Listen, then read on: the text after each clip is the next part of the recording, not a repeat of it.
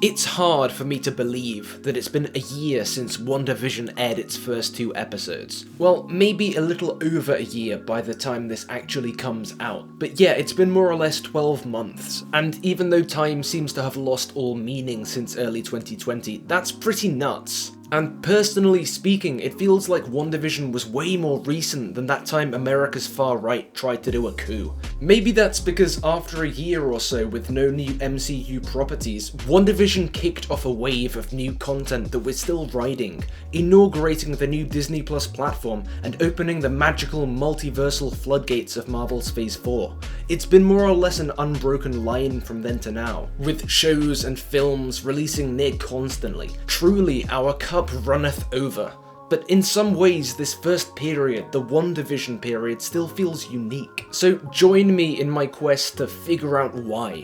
1 year on, what was WandaVision about beyond the surface level? Did it work? And what made WandaVision so special? Now, this will be a long one, so yeah. I think it's fair to say that WandaVision is Marvel's, or at least the MCU's, first foray into the experimental.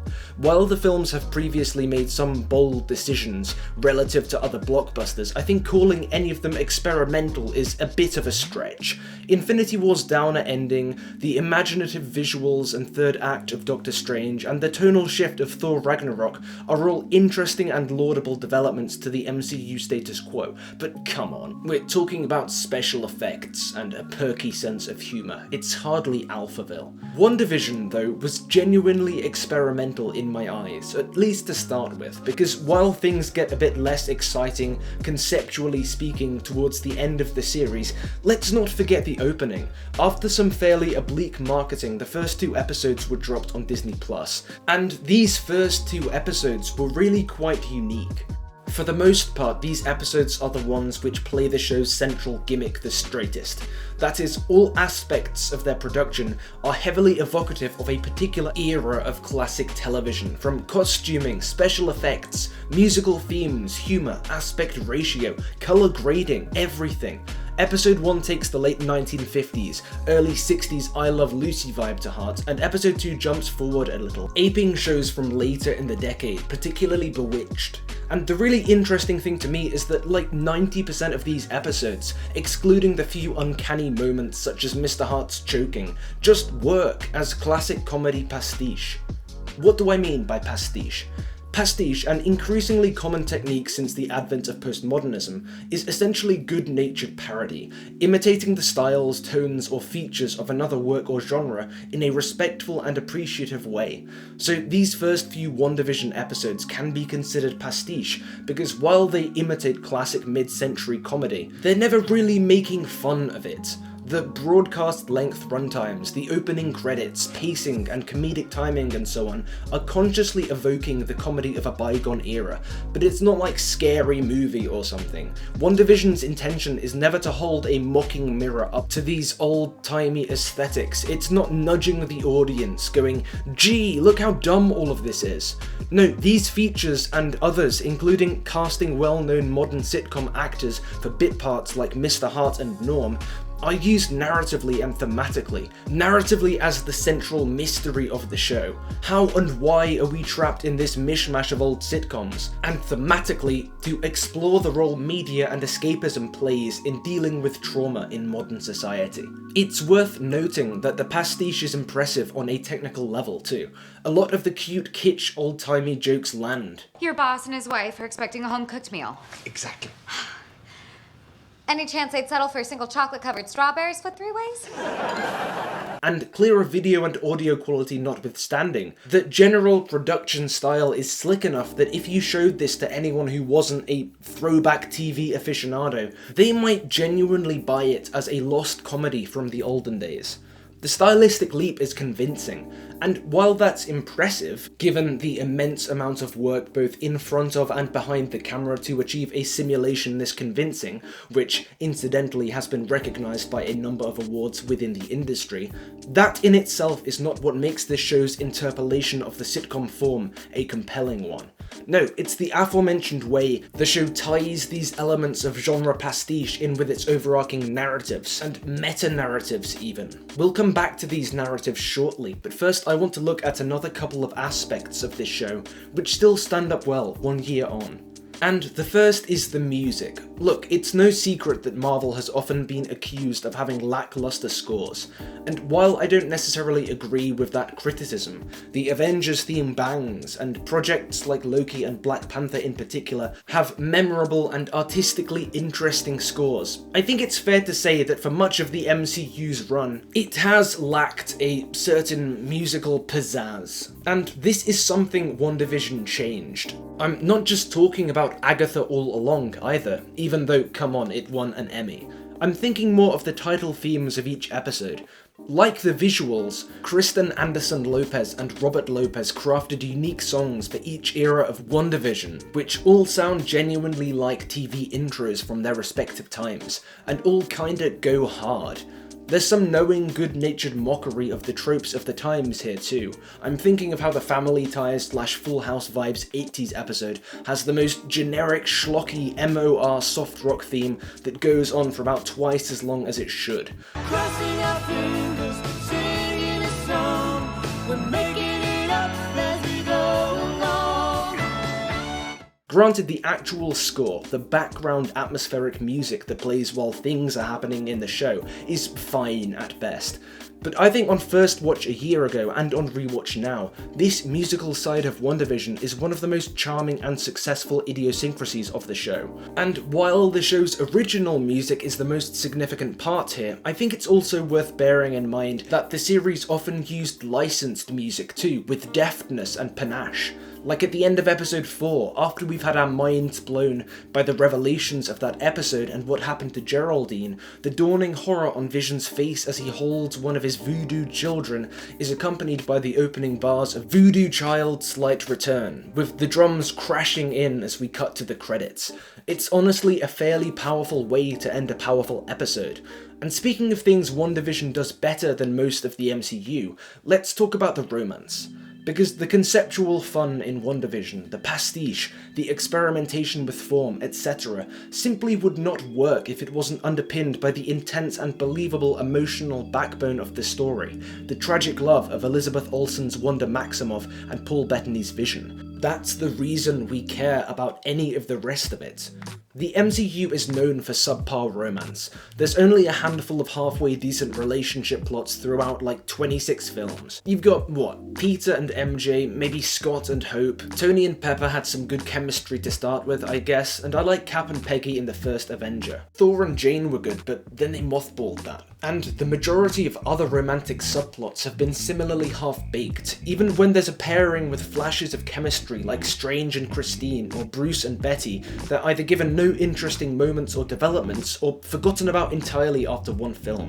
And let's not even talk about Hulk/Natasha, or Cap and Sharon Carter. But WandaVision bucks this trend, because despite these characters, Vision and Wanda, having developed their relationship almost entirely off-screen until WandaVision, the time and focus this series spends on their bond pays off in a big way, thanks in no small part to a pair of fantastic and genuinely affecting lead performances. By the end of the season, we care far more about this weird, fantastical, tragic love between Wanda and Vision than we do about any sword nonsense, or the stakes this story might have on the wider MCU. And I think that fact is absolutely crucial to the show's success. Speaking of the show's end though, let's talk about the finale, because I think it's commonly regarded as a bit of a mess, even perhaps the worst aspect of WandaVision altogether. And while I had relatively few complaints when watching it for the first time a year ago, looking back at it now, yeah, I think that's true, to a point. There's some dicey CG, a few unsatisfying story beats, and some generally weird choices and direction, like Darcy's near total absence, or the generally half-baked sequence where Monica comes up against Hayward and jumps in front of bullets which would have missed the twins anyway. But while some of the thematic and narrative issues with the series have become more obvious in the months since it originally aired, I think the opposite is true with these minor oddities. I believe there have been some indications that some of the general strangeness and rough edges of the finale were because of pandemic-related drama with production and reshoots.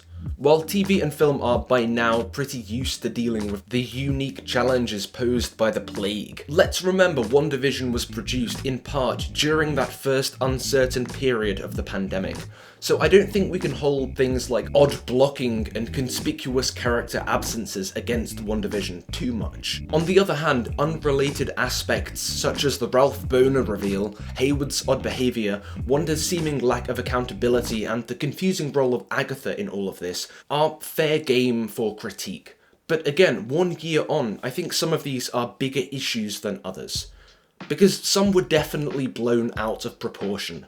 It's worth remembering at this point, and I'll talk more about this later, that this show set the internet ablaze with hype and fan speculation. The best example of this is probably the way a whole legion of fans convinced themselves that Mephisto was showing up, despite the general lack of evidence suggesting this. My favourite moment in this cavalcade of hysteria was the furor that arose after Paul Bettany jokingly teased that he'd worked with an actor in WandaVision's finale that he'd never had before. It turns out he was talking about himself. In the finale, 2 versions of the Vision have a bit of a punch-up, but that didn't stop a massive contingent of fans from Sherlocking their way knee-deep into the massive conspiracy of the upcoming super-secret cameo. Special mention, of course, must go to Ralph Boner, because it turned out that Evan Peters wasn't reprising his fan-favourite role as Quicksilver from the Foxverse. Instead, it was all a fake-out, and he was playing some rando named Boner. Oh, that's Bohner, so don't demonetize me. And I could make the point that it was in some ways a genius move, that it placed the audience in the same position as Wanda, where we knew this both was and wasn't Pietro. But I feel those wounds are still a little too fresh for many a WandaVision viewer, even a year on, so I won't. Because yeah, while it may have worked on one level, it was kinda lame. But here's the thing, the benefit of me writing this retrospective after No Way Home is that now, I think there's a decent chance that reveal might have been a red herring itself. With the boundaries of the multiverse imploding and Foxverse characters rumoured to show up alongside Wanda Maximoff in the Doctor Strange sequel, I think we should put a pause on the Ralph Boner hate for the time being. So maybe not a massive issue, but speaking of massive issues, Hayward is the most obvious blunder here. The character is let down by some fairly one-dimensional writing. The script just needs him to be an evil, hard-headed jerk who tries to shoot kids, and even a couple of rewatches don't reveal any real hidden depth to the character. But flawed though it may be, I don't think this issue sinks the project as a whole, because Hayward isn't the show's only villain, or even the show's most important one. And speaking of more important villains, people sometimes have an issue with Agatha. Not with her performance, mind you. Kathryn Hahn's spellbinding time in this role, awful pun intended, was so universally loved that for some reason she's headlining a spin-off. Instead, I've seen some confusion and negativity over her impact, or lack thereof, on the narrative and the mysteries of Westview, especially considering the centrality of this character suggested by the aforementioned perennial banger, Agatha All Along. But the thing is, I think on rewatch, it all sort of makes sense. Agatha was the one responsible for things going sideways in Wanda's little bubble of fantasy, not for creating it all together. Remember, the song isn't just saying, "It was Agatha all along." That line's sung in call and response to the opening question, who's been messing up everything? And alongside these lyrics, we're shown her killing Sparky or bewitching Herb. If we cast our minds back to the earlier episodes, these actions led to the semi-autonomous figures in Wanda's family, that is Vision and the twins, becoming more suspect of the Hex's status quo. When Vision picks up on Agnes's little tricks, like the way she pretends to be frozen in place on Halloween, or the time she flubs a line reading.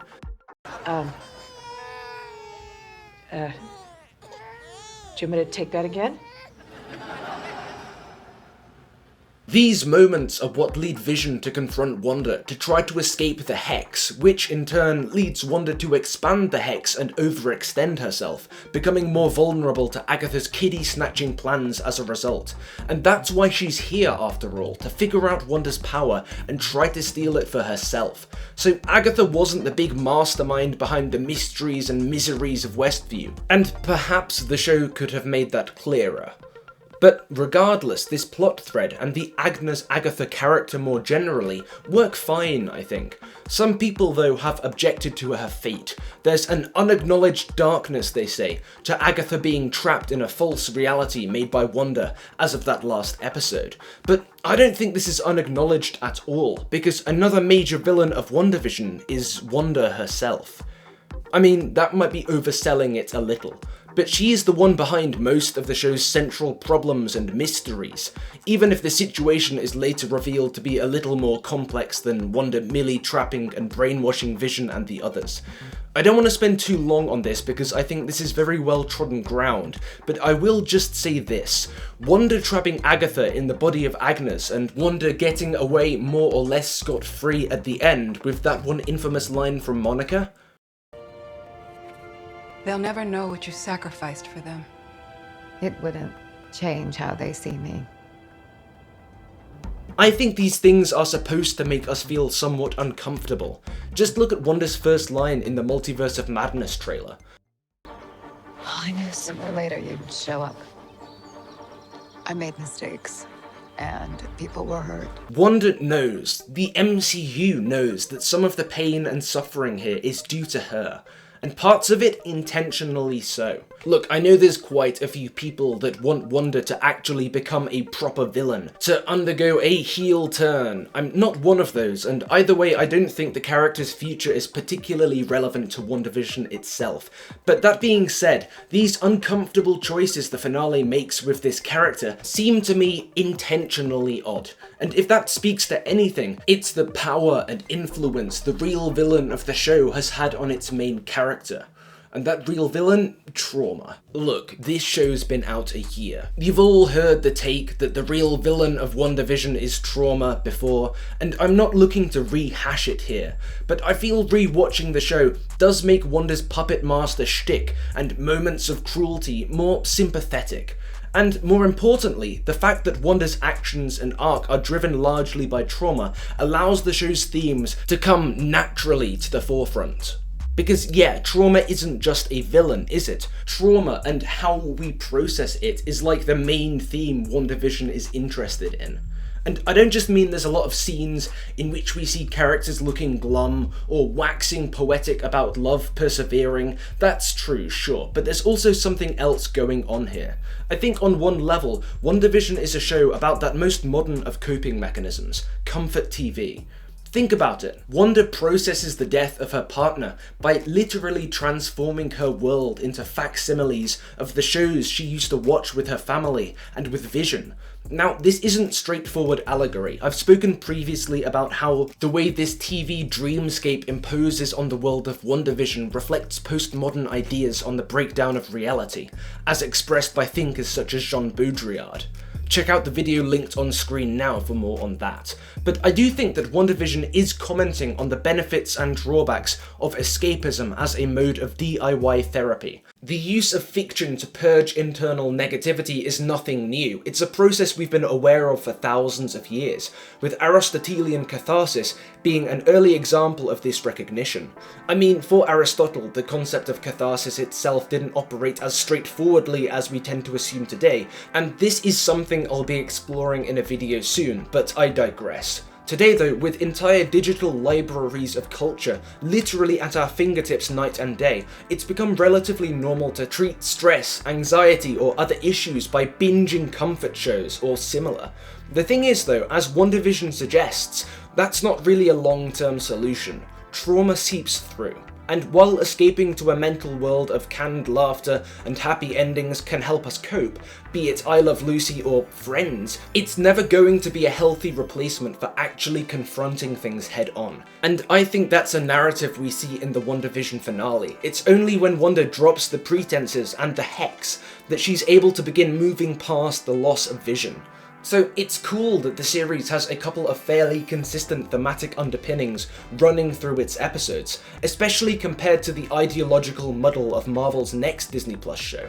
Or rather, it would be just cool if WandaVision had aired any other year, because this dialogue WandaVision had with the medium of television and the way it explored via loving Pastiche the impact shows can have on our lives and our worlds, came at a time of extreme relevance. To explain what I mean here, I'd like to paint you a picture of my life in the January and February of 2021, when WandaVision aired. I was studying for my masters at that point, living in a student house mostly alone. It was a UK winter, so there wasn't a huge amount of warmth or daylight, particularly in my dingy little place, and we were in the midst of a strict national lockdown due to the avalanche of disease and death coursing throughout the country. The effect of this lockdown on me was twofold. First, it meant that most of the time, none of my housemates were there. There were students also, but for much of the time, they were at home with their families studying remotely. But I was on a different course and my deadlines were different, so there I was, largely alone in our student house. Second, it meant that for quite a while I had very little human contact. I couldn't see any friends in the area, I couldn't go and see my family at the weekend or anything, and I had to go months without seeing my long-term girlfriend. Now, I'm not trying to make you feel sorry for me, because I didn't get ill myself and none of my close family or friends did, seriously. So I'm very aware that last winter could have been a lot worse for me than it was. All the same, it was a pretty miserable time. I was lonely, isolated, alienated and stressed. Especially in February. I had a couple of pretty gnarly essays to do for my degree, which I struggled with immensely. I remember one day, in the midst of all of this, I went downstairs to get some food or something, and on my way back up, I just sort of stopped and ended up lying face down on the stairs for half an hour or so. All motivation and willpower had temporarily abandoned me. And it does sound a little pathetic saying this, but honestly, one of the main things that kept me from spinning out entirely was WandaVision. For the 8 weeks following January 15th, I was perpetually looking forward to Friday, because then the next episode would drop, the next chapter in this spellbinding mystery, and I could get the next hint towards what was going on in the Hex, and who was behind everything going on in Westview. And so every Friday I'd call my girlfriend and we'd watch the next chapter at the same time, and talk about it, sharing thoughts and theories. And then I'd go on Twitter and look at whichever characters were trending from that week's episode, or message my other Marvel-watching friends, and for an afternoon I wouldn't feel so lonely, because I'd feel connected to something wider than myself. And as the weeks went on, that feeling only grew and grew, because WandaVision quickly became a phenomenon beyond the typical expected audience of Marvel fans. Everyone was watching it, talking, theorizing about it, and while some of that is due to the show's quality, I think it's also partially because I wasn't the only one having a pretty shitty winter. It's easy to forget now, 1 year on, but when WandaVision was dropping initially, half the world was stuck indoors, and I'm willing to bet a lot of people were as isolated as I was, or more so even. But WandaVision genuinely did feel like a light in the dark, and watching what was fundamentally a touching and well-acted love story, a story of love persevering through separation, may well have kept me from going nuts that winter. And that's also why I can't get too mad at the Mephisto theorists, or the mad thinkers who convinced themselves that Doctor Strange and Luke Skywalker were going to cameo next episode every week, because I get the feeling that joy and over-enthusiasm often came from the rush of connectivity WandaVision gave to lonely people at the time. So maybe this is a major part of why WandaVision feels special to me, even 1 year on. It helped to keep me going in a tough time. But it isn't the only reason, because like I was saying earlier, through outrageous coincidence, thematically speaking, WandaVision is literally all about this. The impact TV and media has on our lives and mental states, and the ways it can help or hinder our navigation of traumatic times.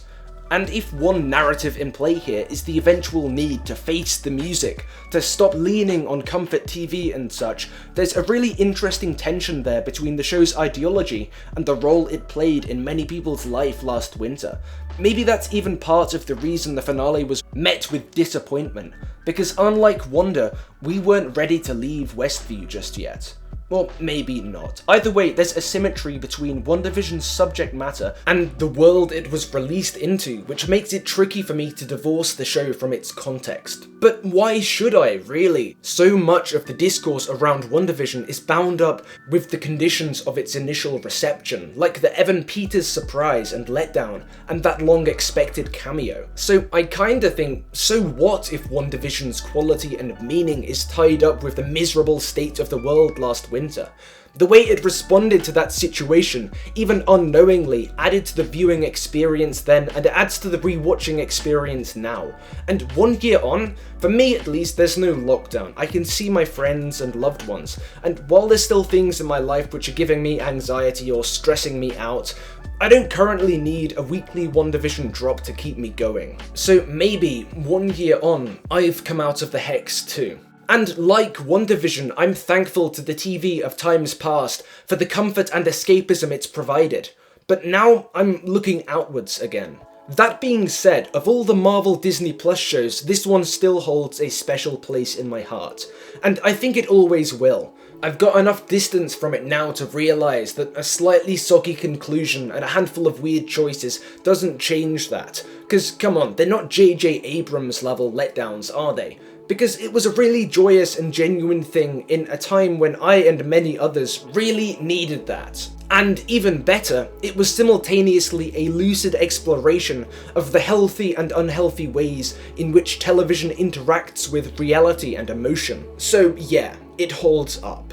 If anyone you talk to says different, you can just tell them old Pillar of Garbage said so. And for the classic Pillar of Garbage rating system we do at the end of every video, I'll give WandaVision a score of 9 bins out of 10. But I think that's about me done. Before I go though, let me know below if you think there's any important angles I missed, and if you want a video like this for the other MCU Disney Plus shows. As it happens, I already have a video looking at all of them, including WandaVision, and trying to establish how well they embrace the television format specifically, and that's available through my Patreon, so check that out if you're interested, link in the description. So on that note, thanks for watching, and thanks to all my patrons on screen now, and especially Ian Fifield.